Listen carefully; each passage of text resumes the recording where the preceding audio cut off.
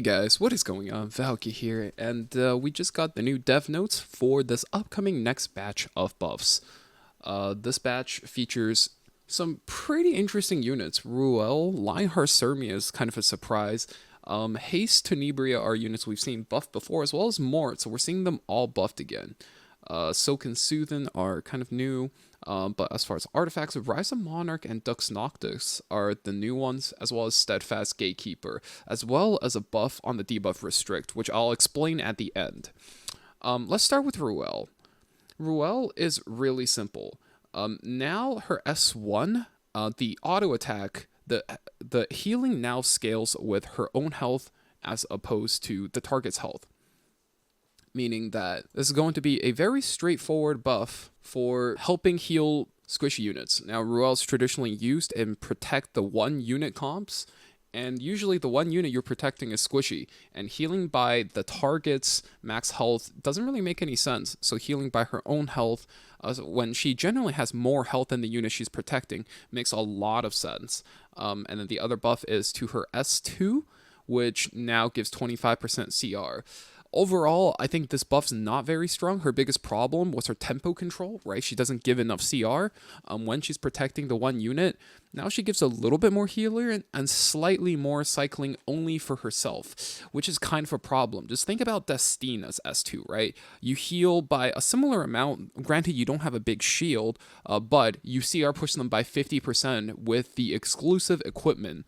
I think she needs a little bit more to see play, especially in the modern era of Epic 7, where there's just way more tempo. I think this is like 2 out of 10, and I'm only giving it a bit more credit because, you know, the S1 is more usable, but overall, not impressed.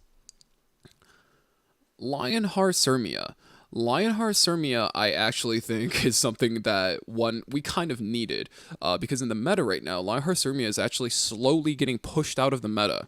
Players have been doing way more extreme things to get her to work. A lot of people were building high ER builds before this, and people are also switching to destruction set builds with Golden Rose. That's something a lot of high-ranked players have been experimenting with in E7WC mode, especially with the advent of units like Green Luluka and Solitaria coming back into the meta. We need Lionheart Cermia to have more tempo, so when I say tempo, I mean just having combat readiness or just speed to steal the turns. Now that she gives herself 20% CR, I actually think this is huge for her. Her S3's damage is also increased, although not specified by how much. Usually when they say this, we can expect an increase of 10% or so. I think she's already making it out like a professional thief in this patch note, just because Ruele's buff seems very, very minor, and I think she's one of the more recent ML5s to be buffed. On top of the gaining CR, and you know, just on the CR game point, right? Imagine you dual attack with like your DJ Bassar or something, and she wakes up, takes 20 CR, steals your turn, and just blasts your team. I think this is going to cost a lot more. 3%, by the way. Hey guys, does anybody else only dual attack when Lionheart Cermia is in the game on the opponent's team? I think we're going to see way, way, way more of that. So overall, it feels like to me a 7 out of 10 buff.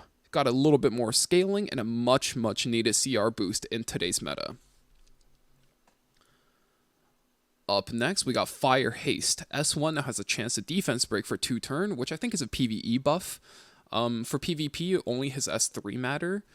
His S3 cooldown lower to 4 turns, which to me is definitely a PvE buff, since in PvP fights, for a cleave unit like himself, you're only using that S3 one time, and you're not even going to make it to 4 turns. S1 EE has been changed, so it gives him a slightly more reliable defense break.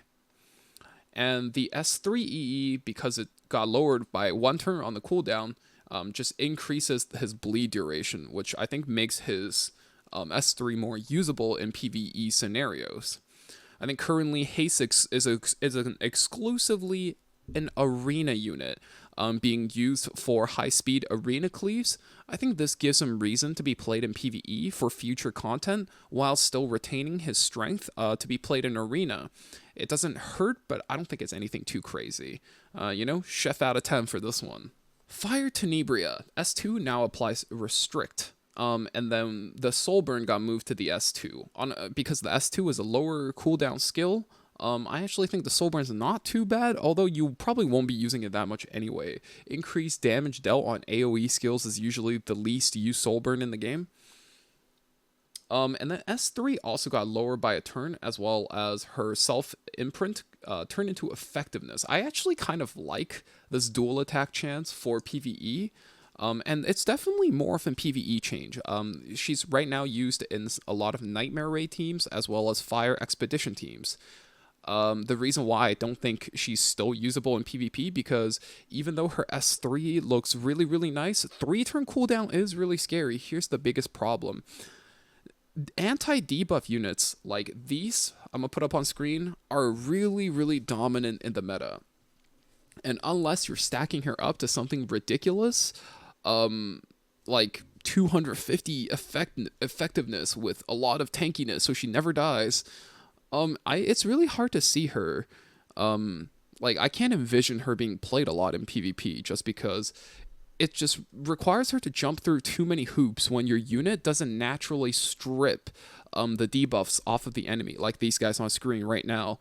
So overall, I think she'll be a better PvE unit if you have her, and you're looking to power up your PvE teams, especially in Grass Expedition as well as Nightmare Raid. I think she's excellent there. But aside from that, nothing too crazy. 3-4 out of 10 type buff. Okay, Mort buff is something that seems a little bit crazy. He has now a 100% chance to activate his Sacred Blessing, which gives the crit resistance to all allies for a turn, and then gives him 2 turns of speed. I think that is really nice. This is kind of like what Spirit Eye Celine got in the last patch. And I think the whole goal with this is to just make him more reliable. Before, it was like a 50-50 whether he worked or not. Now he just, he's going to work. Especially now, like, every turn matters. You definitely want him to work. And I think the really big thing now is that his S3 is on a 3-turn cooldown. Mort's S3 is kind of scary. It does an AoE damage, gives him Enrage for 2 turns, and it heals him. And it does a fair amount of damage and applies a fair bit of injury. So I'm actually thinking he could be played now. The only downside now is he heals a bit less. It's going to have like 25% better uptime because of the cooldown. So healing reduce is justified. And on top of that, I don't think they even nerfed his damage at all. So this is a pretty important buff. He actually sounds playable to me, especially in this meta where we have a lot of these like high effect res soul weavers and supports kind of taking over the game a lot of times because DPS units all are punishable right now. So what you see is a lot of these early support drafts where people stack support units and they kind of just pray they get through the game. And the fact that he can unconditionally have a high uptime with his Enrage and just defense break them, I'm actually thinking he could see some match in some of these slower matches. I'm actually excited to see him. I think this is an 8 out of 10 buff. More than Lionheart, I think, might have made it out of this buff as the winners. Just looking at things as they are. After Mort, though, we got Silk. Increased damage dealt to S1. They just kind of scaled it up. And then now she also dispels 1 debuff whenever she gets hit and loses her focus. And on top of that, her extra attack now also decreases combat readiness, and then defense penetrates by 20%. I don't think she's a very dominant PvP hero, if even played much at all. I have heard like stories of people using her for a variety of PvE content.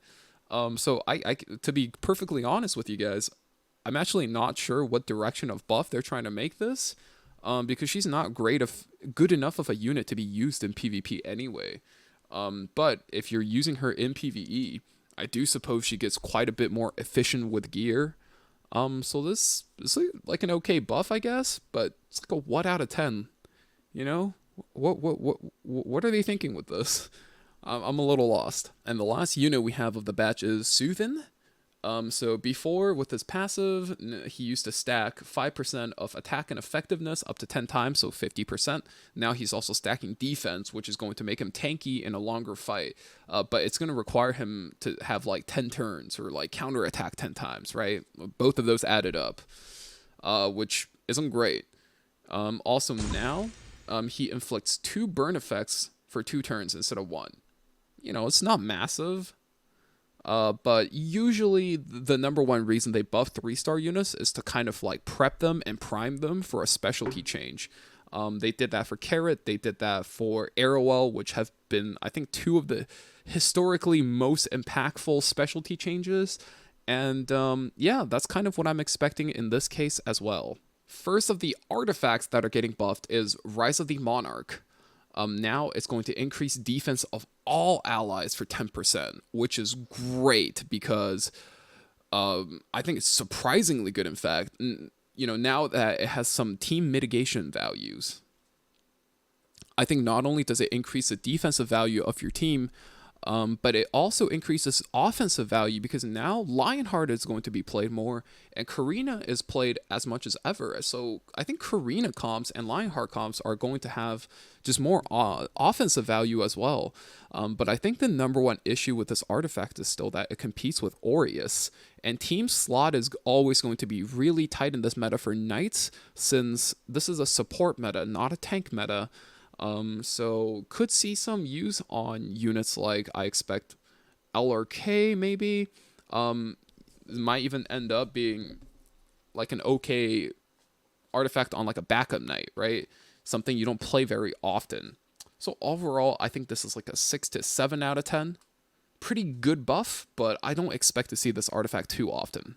Dux Noctis now gives a 6 to 12% attack depending on your limit break level at the start of the fight, and now it takes 6 crits to fully charge instead of 8. I think that is a really good buff, specifically for Commander Pavel, which is probably the only unit that used them outside of maybe some PvE usage just to ramp attack on Rangers.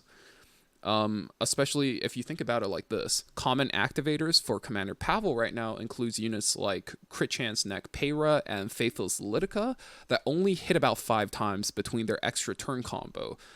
But the main issue, once again, with this artifact is that it competes with Guiding Light, which lets Commander Pavel be drafted 1 rotation early in RTA, like from here up to here. And I don't think it competes with Guiding Light because, as good as Dux Noctis is now, you can't beat the power of letting a unit be drafted earlier. So to me, I mean, 1, 2 out of 10, it's good, but it's not crazy. I think if you play this artifact in PvE for your Rangers, it's good. But outside of that, I'm not too impressed by it. Lastly, this is a buff for Steadfast Gatekeeper, and it really just looked like they gave up on the artifact and just said, alright, forget it, we're just making it a PvE artifact. Now this is just an alternative to Sword of Ezra, if you know which one that is. And this is going to be for harder PvE content like Nightmare Raid, Abyss, Challenge Mode Abyss, and sometimes even Expeditions. I think this is a good change for new players, but, as somebody who's in the end game already, and I'm mostly concerned about PvP, I'm not concerned by it, but I'm happy for the new players that are going to have more tools to deal with these tough challenges before they get their account to the end game. And finally, we have the buff to Restrict. Now, when a unit before this buff is applied with Restrict, their combat readiness can increase, but also cannot decrease. Now you can decrease, so it only holds the increase. And for context, Restrict was introduced to us on Cerise back when Green Bazaar was the best opener in the game. And this right side effect was actually what was supposed to be Restrict originally, like 2 years ago. And the reason why Restrict got nerfed before Cerise release was people were really concerned. Cerise was going to be like, I think, the 4th fastest unit in the game on release. And people were worried if you pair her with Green Bazaar, she's going to you're basically going to have 2 of the best units in the game. You're going to strip their turn 1 immunity, and then use Bazaar to push everybody back 30%. And there's 3 units in an RTA draft that's just going to be able to do damage and just kind of run you down. And people were really, really worried about that. So they added this line where you also can't decrease effects just to make sure Cerise can't work with Green Bazaar. Now that we're 2 years down the line, there are way more tools in the game like these guys to deal with Green Bazaar and Cerise. And obviously, like, we have way scarier units than those two to worry about. They're going to revert this nerf to restrict, which is cool. So, to me, this opens up more possibilities between combo units like Peyra, Ida, as well as maybe even a Shy Astromancer Elena. So, cool out of 10. And yeah, that's honestly the patch. This is not a very huge patch. So if you made it to the end, that's going to be your summary. If you skip to here with the chapters feature, welcome. Let me tell you how it is. This is a really sleeper batch. There's basically nothing. The number one impactful change is Lionheart Cermia got a combat readiness push on her passive. Cool. More actually kind of scary now. I think there are certain drafts where he can actually take over the game. A real threat. And I think lastly, Smilegate really doesn't want to shake up the meta too much before E7WC. You guys remember this unit and this unit? These guys got buffed right before E7WC 1 and 2 years ago, respectively. And I'm sure Smilegate doesn't want to repeat that coming into this year's third E7WC. So big ups to them for that. I'm genuinely surprised that they're not looking to actually destroy their own game. So good job. That being said, that's all I got for you guys in this video. Thank you for joining me, and thank you for sticking out till the end. If you think there's something I missed, feel free to discuss it in the comments. If you want to have, ongoing and deeper discussions, I'm always in the Discord in the description down below, as well as you can join to see my stats and stuff like that. So yeah, that's it from me for today. Hope you guys have a great one. I'll see you guys in the next video. Stay safe out there, and see ya.